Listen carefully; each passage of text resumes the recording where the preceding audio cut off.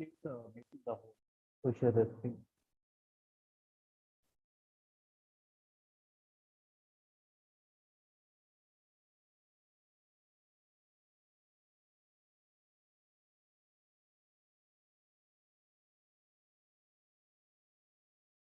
Lakshmi, please make me the host to share the screen. Yeah. 1 second, Ashutosh.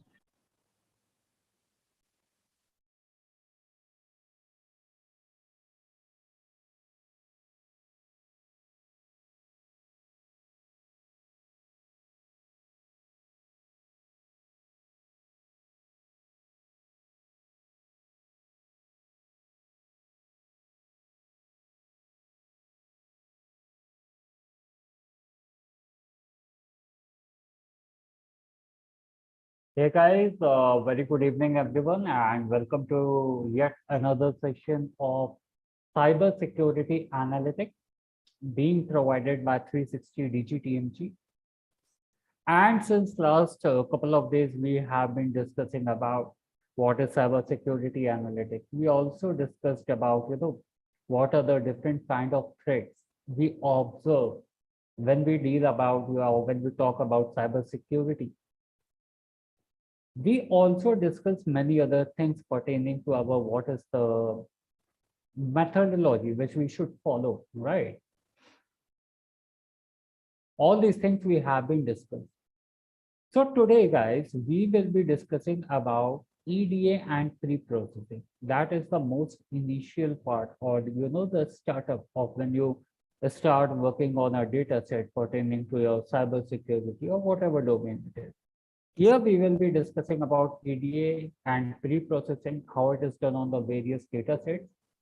And initially, we will be seeing the hands-on on a particular data set for cybersecurity attack kind of data set, which has been occurring globally, and we'll be seeing how to perform the EDA and the pre-processing on that data. Okay. So let us start with our session. A very good evening, everyone. So guys, when we say or when we talk about EDA and pre-processing, let me quickly give you guys a preface about what it is.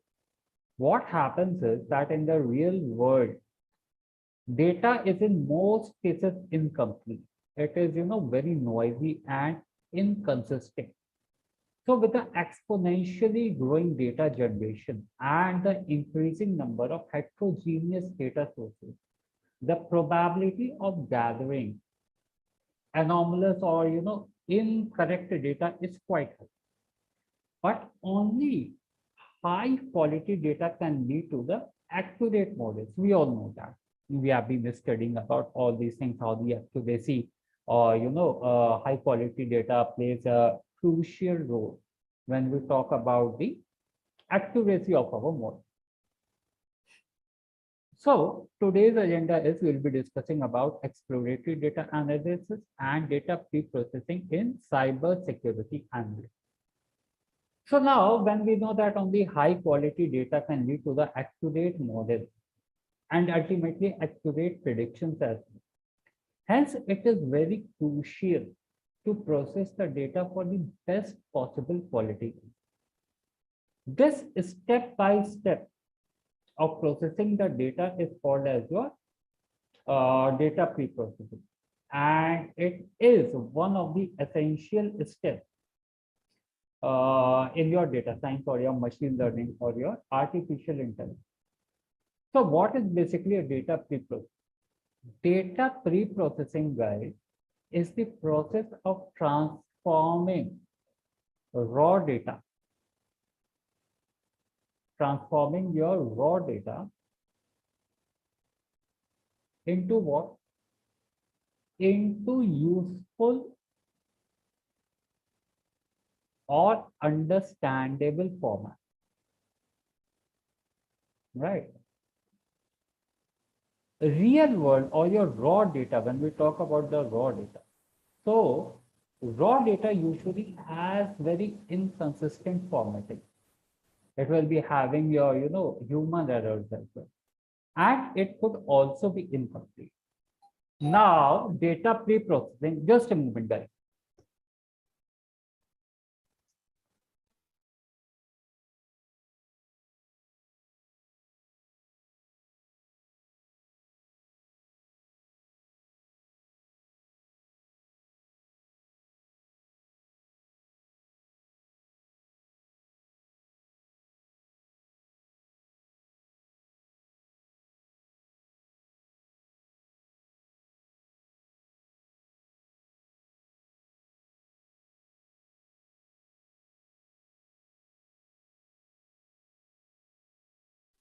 Yeah, sorry for that, guys. Very sorry. So we are discussing about the data pre-processing. And we know that the raw data usually has inconsistent formatting. It is having human errors and it also can be incomplete. Now, data pre-processing resolves such issues and makes the dataset more complete and efficient to perform your data analysis. Okay.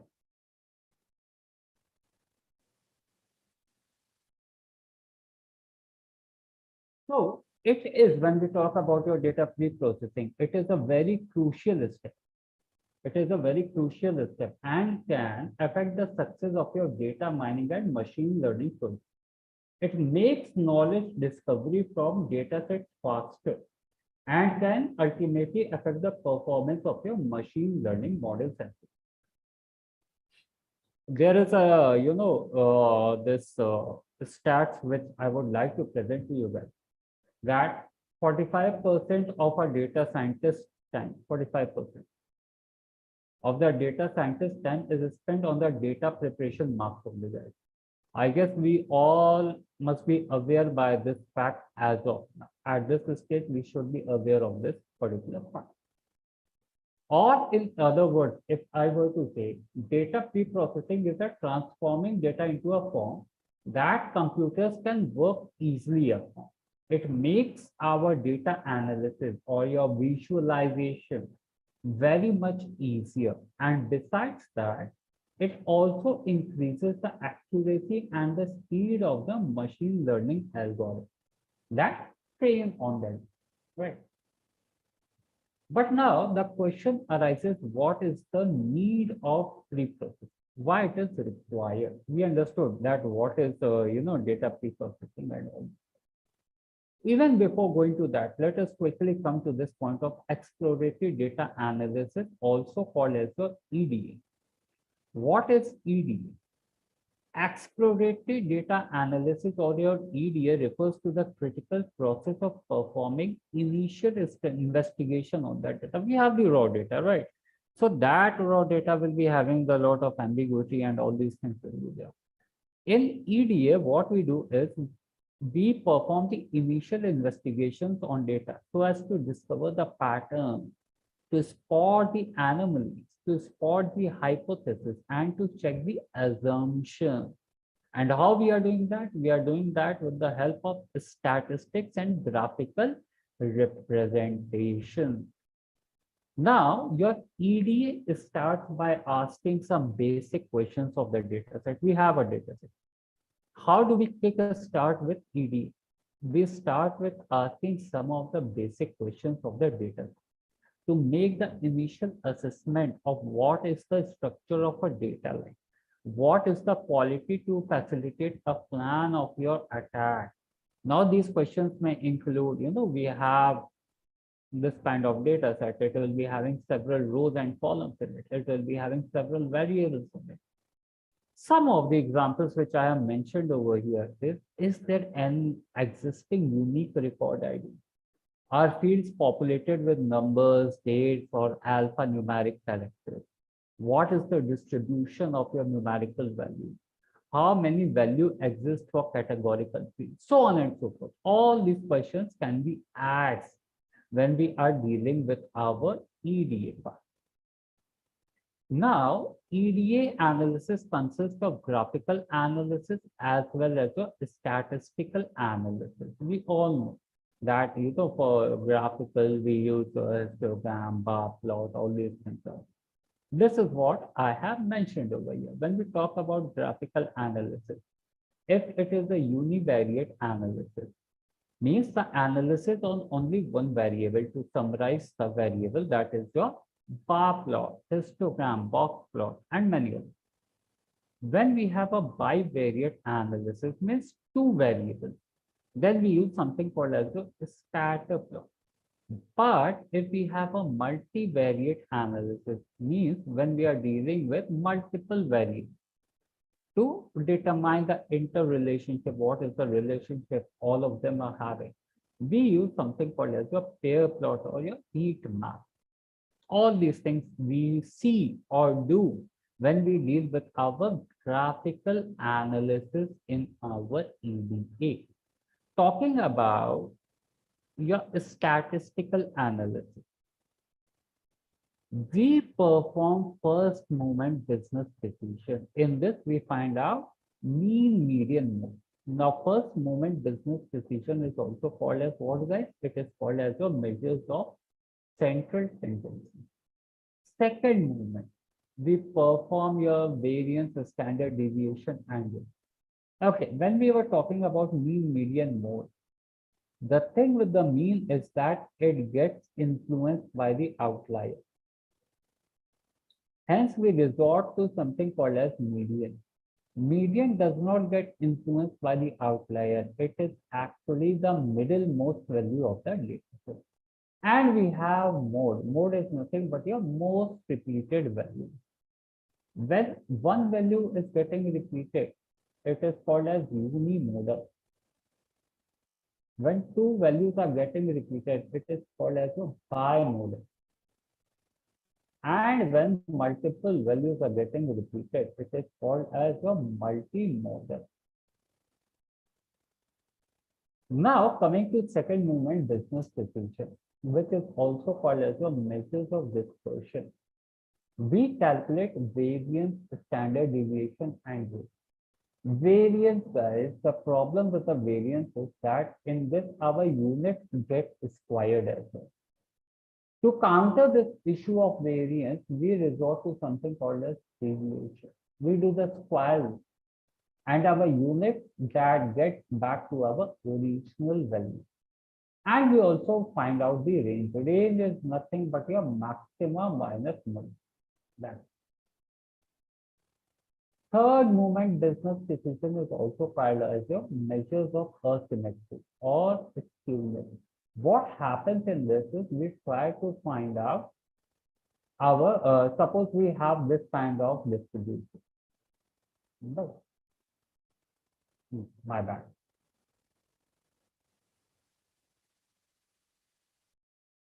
When the mass of the data is implied towards the right, when the mass of the data is implied towards the left, when we have this kind of representation, we can say that the data set is positively skewed, negatively skewed, or it is having a normal distribution. All these things we can find out in third movement business decision.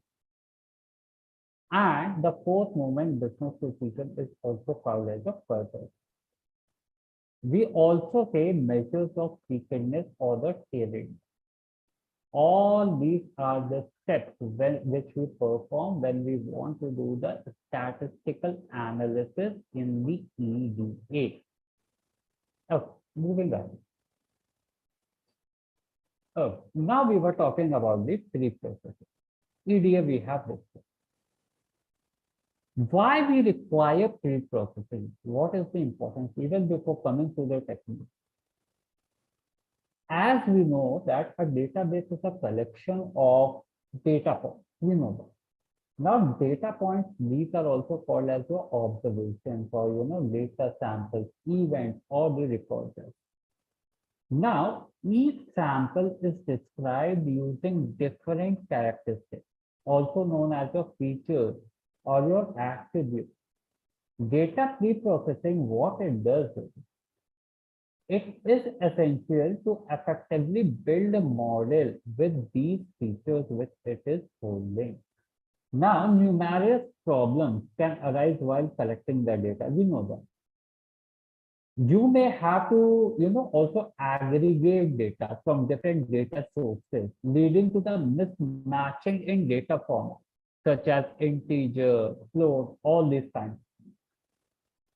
So if you are aggregating data from two or more independent data sets, the gender field may have two different values for, say, men, if we are talking about men, and if we are, say, talking about the gender, then it may take this as man as well as woman. Likewise, if you are aggregating the data, say, from 10 different data sets, a field that's present in 8 of them may be missing in the another 2. So when we are pre-processing the data, we make it easier to interpret and use. This process eliminates the inconsistencies or duplicates in the data, ambiguity in the data, which can otherwise negatively affect your model's accuracy. Data preprocessing also ensures, guys, that there aren't any incorrect, there will be a lot of incorrect values or data. So data preprocessing also ensures that there aren't any incorrect or missing values due to human errors or your bug. In short, employing data preprocessing makes the database more complete and accurate as well. This is what we achieve when we apply the preprocessing.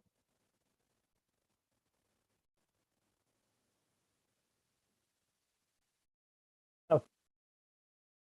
Now, these are the various preprocessing techniques. Typecasting is one such technique. Suppose you have a data, right? And say it is having a column called as a salary. Suppose a person's salary is $150. Another person's salary is $150.67. Now, this particular column is having your, integer also. It is having your float also. Performing the analysis on this kind of data can result in, a loss of the accuracy. Hence, you either convert integer to float or you convert float to integer. Converting one data type into another data type is called as a typecast. Handling the duplicate, there may be instances where, the data set which you collected, it will be having a lot of, duplicate values. We also do that in the data prepare. Outliers. We all are aware of box plot. This is our upper max value. This is our lower minima value. Any value falling above this or any value falling below this is considered to be an outlier. So we do the outlier analysis also by SNS.boxplot. We, make up, we plot this box plot, and by seeing this box plot, we can tell whether it is having an outlier or not. If there is an outlier, then we perform treatment on it. There is some techniques. One is your 3R technique, called as rectify, retain, and remove. One is called as your winsorization, which is very widely used, winsorize. Another one is trimming. All these things we do when we detect an outlier in the data. Then we have something called as zero variance or near zero variance. Suppose you are having a data set and it is again, say, related to our, COVID cases. This is, say, your country name, and everywhere you have India, India, India, India. Positive, negative, negative, positive, say 2,000, 4,000, 5,000 cases have been appearing. If you perform the analysis on this data set, this particular column, which is having the same value, India, India, India, everywhere, it doesn't provide much variety to your analysis. This is called as a zero variance. And suppose most of the times India is repeated and somewhere we have US or Japan as well. Still, if most of the time a value is getting repeated, then it is your near zero variance. We have discretization also. We have missing values. There will be instances, where we are having NA, missing values. We need to deal with that. Dummy variable creation. Maybe we need to convert, data, our categorical data into zeros and ones, ones and zeros. Dummy variable transformation. Converting, performing various transformation techniques on the data set. Standardization, string manipulation, all these things are the part of our data pre-processing. It is required because unless and until we are not doing the data pre-processing, we are proceeding with the same data set, it is going to give us a lot of inaccurate analysis. Maybe the prediction which our model is making, that may be inaccurate. Hence, we need to do the data pre-processing. Okay. Now, when we talk about data pre-processing, there is, text pre-processing. What is text pre-processing?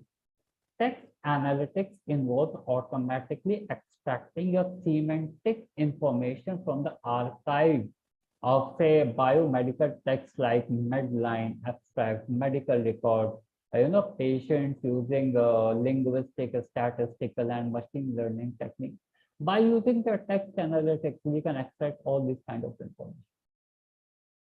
But for extracting all these kind of information, we need the tools called as BERT, SpaceI, and natural language tokenizer, NLTK. And once the extraction is done, we do the processing of it. Tokenization is one such process. It will be having a lot of noise in it. Noise removal is being done. Normalization is being done. All these processes are what we do when we deal with the text pre-processing. These are the tools which we use for extracting the information, BERT, SpaceI, and natural language tokenizer. And once all the information has been extracted, we use these processes to further gain the knowledge from that data.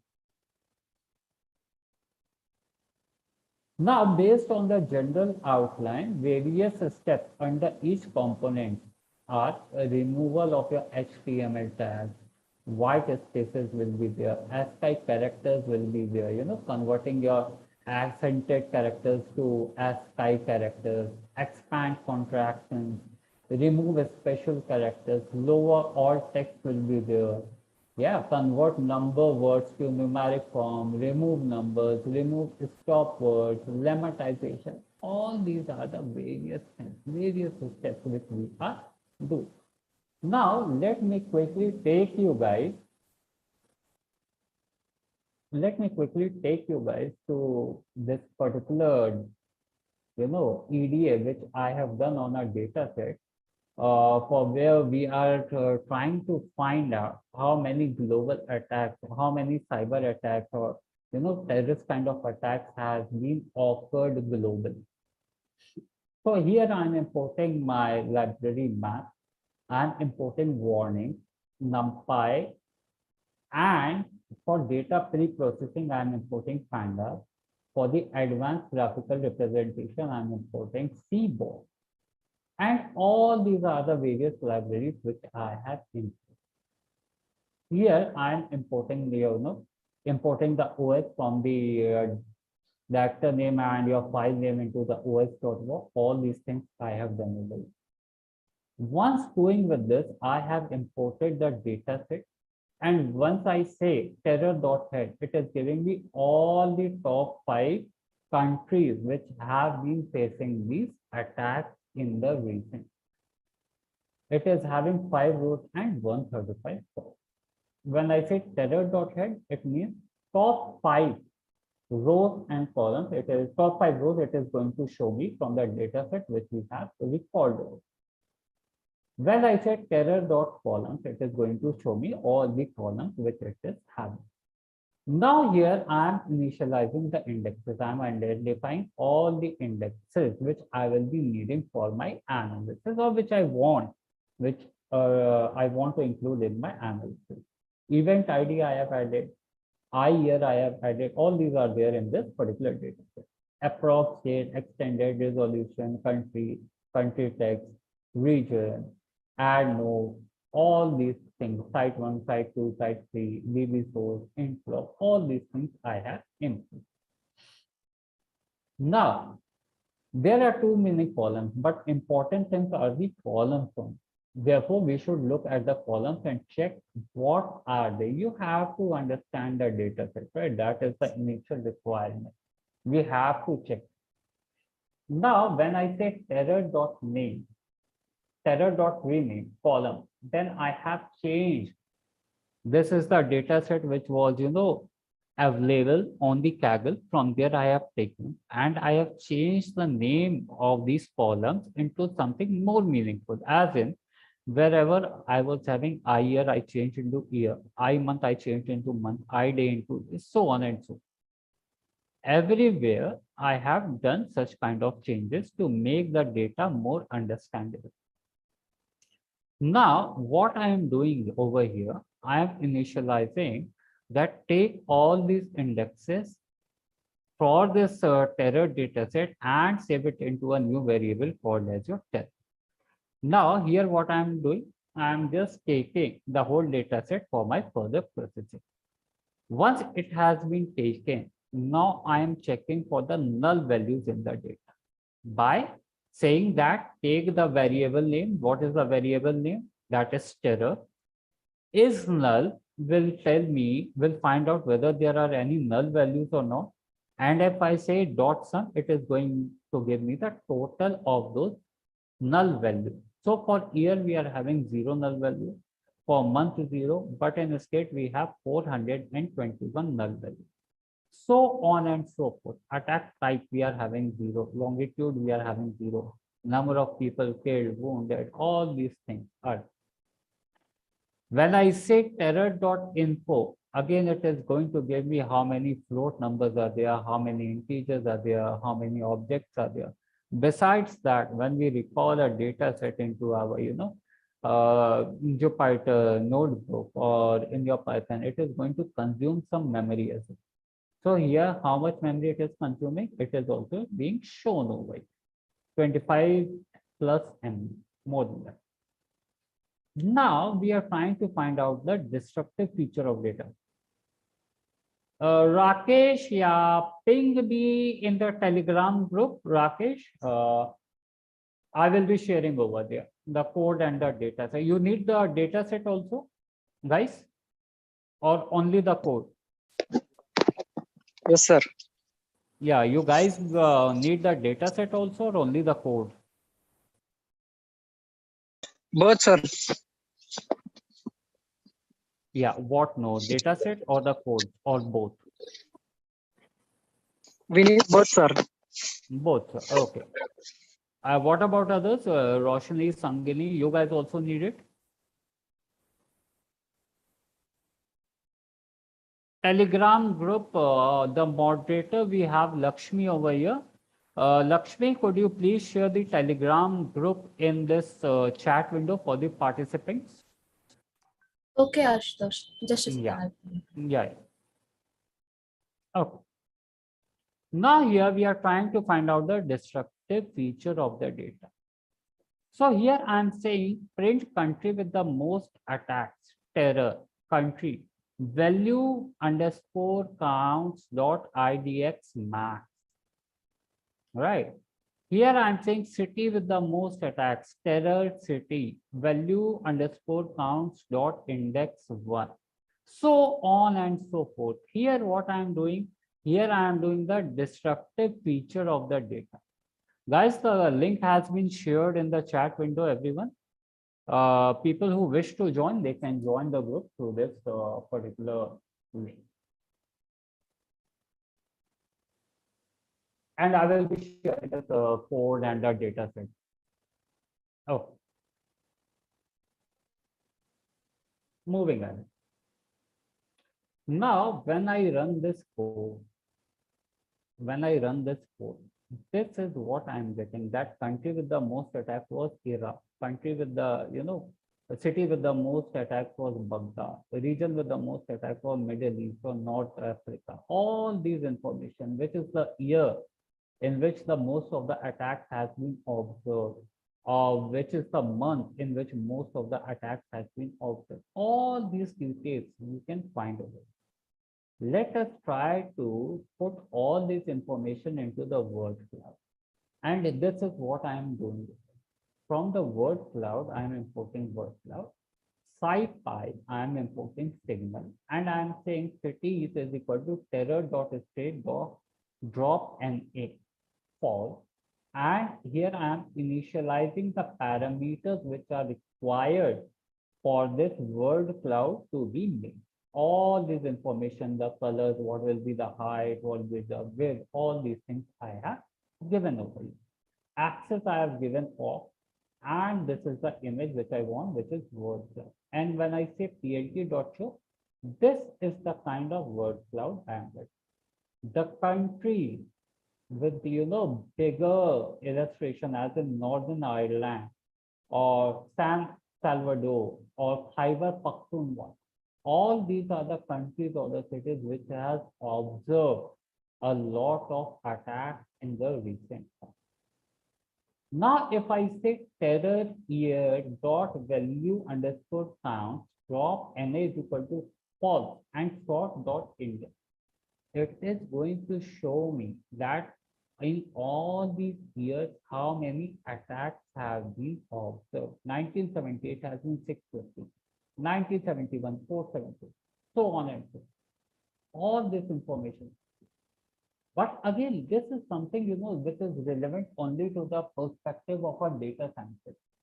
You need to present this information or your analysis to the people in a more, illustrative way. And that is why we use techniques of graphical representation or your data visualization.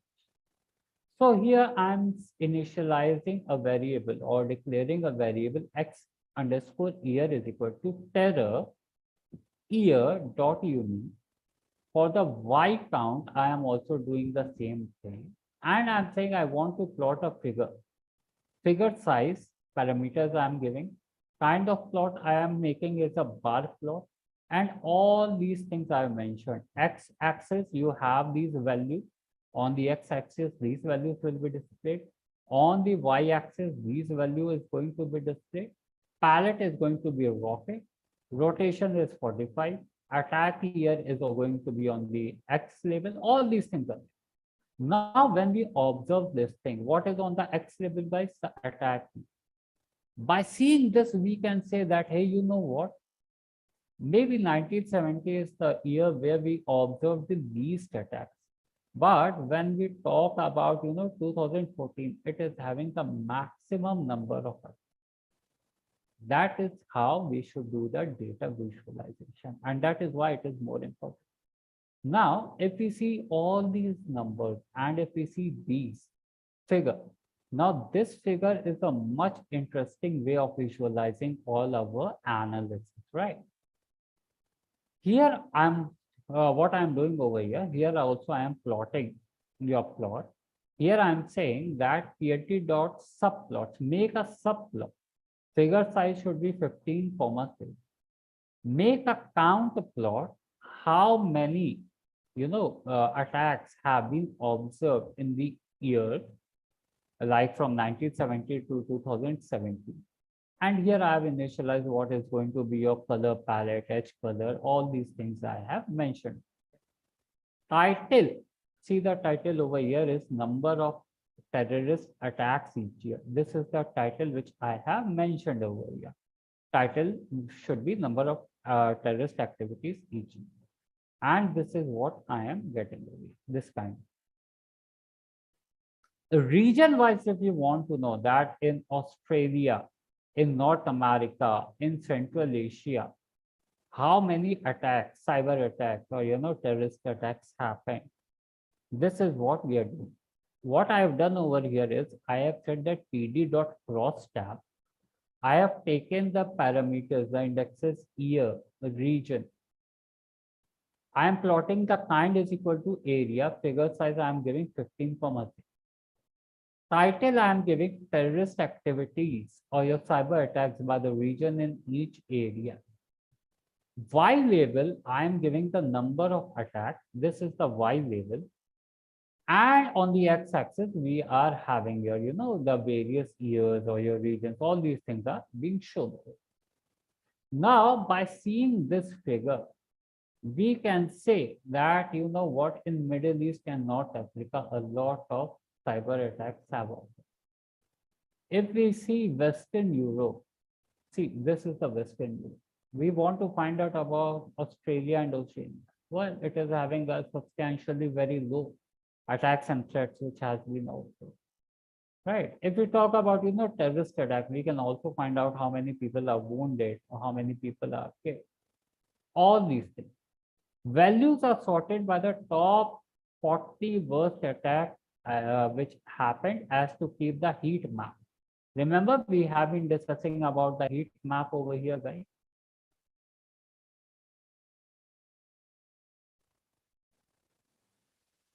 Yeah. When we are dealing with the multivariate analysis, right? When we are dealing with the multivariate analysis, where this is where we talked about the heat map. So this is what I try to illustrate over here, that what a heat map looks like. Right. All these kind of analysis, guys, you can make very easy. All these analysis. But again, all these things come into your part of what? It comes into a part of data pre-processing. All these are your data pre-processing. EDA, then we venture into EDA. We try to find out your mean. We try to find out your median. We try to find out your mode. What is the skewness? What is the kurtosis? What is the variance? What is the standard deviation? All these things we try to find out. Now here, see, I try to find out how many countries, top 5 countries or top countries which have been affected by the attack. Iraq is there, Pakistan is there, Afghanistan. All these countries are there. Now, analysis of this customized data. This is the analysis I did.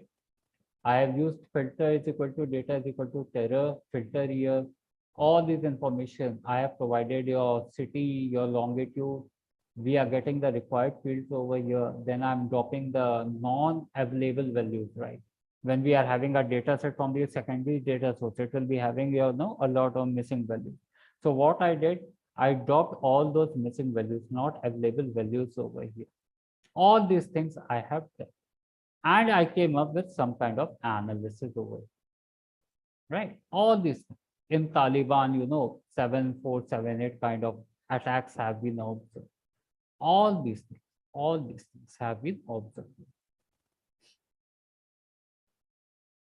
Now, let me show you something very interesting, what I did over here.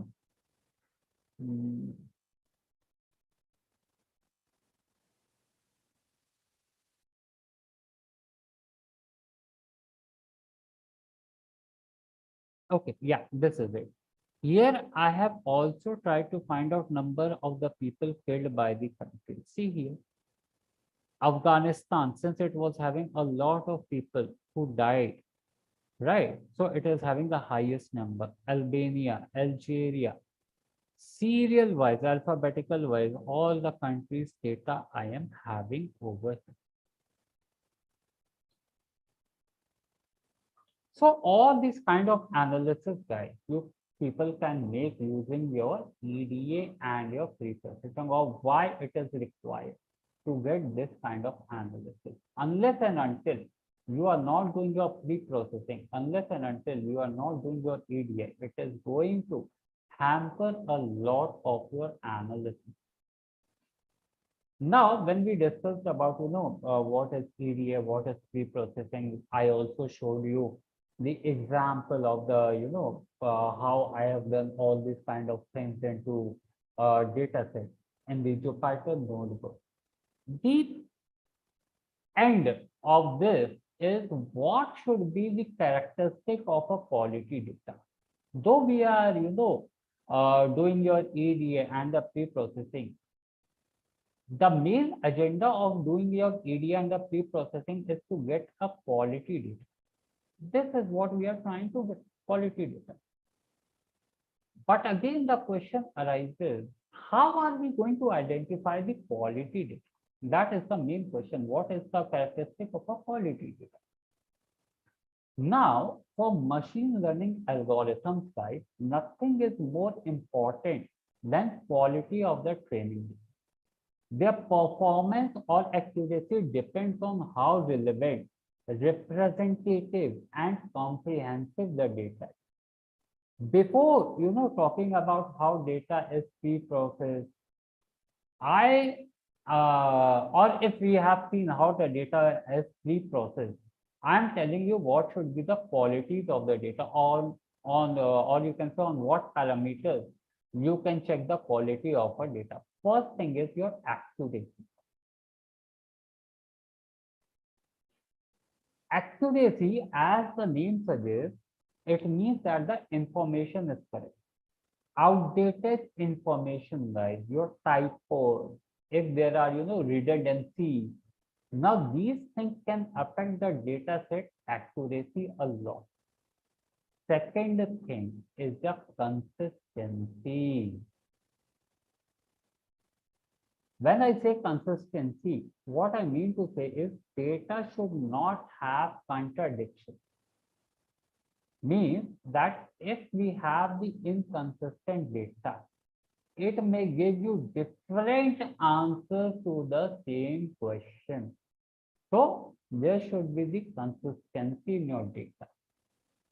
Third thing, there should be the completeness in your data. The data set shouldn't have the incomplete field, guys, or it shouldn't lack your empty field. This characteristic allows data scientists to perform accurate analysis as they have access to the complete picture of the situation of the data. Fourth thing is your validity. Fourth characteristic is your validity. A data set is considered to be valid if the data samples appear in the correct format, are within a specified range, and are of the right size. Invalid data sets are hard to organize and as well as analyze. Fifth point, fifth characteristic of a quality data is your timeliness.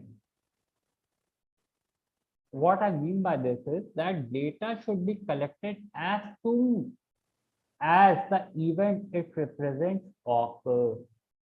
As the time passes, what happens is every data set becomes less accurate and useful as it does not represent the current reality. You are in 2022 and you are working on a data set that belongs to, say 2000. You cannot expect the accuracy from that data set. A lot of things have been changed in 2022 years. A lot of things have been changed. So timeliness is important. The topicality, the relevance of the data is very critical data. Now it is very critical data characteristic.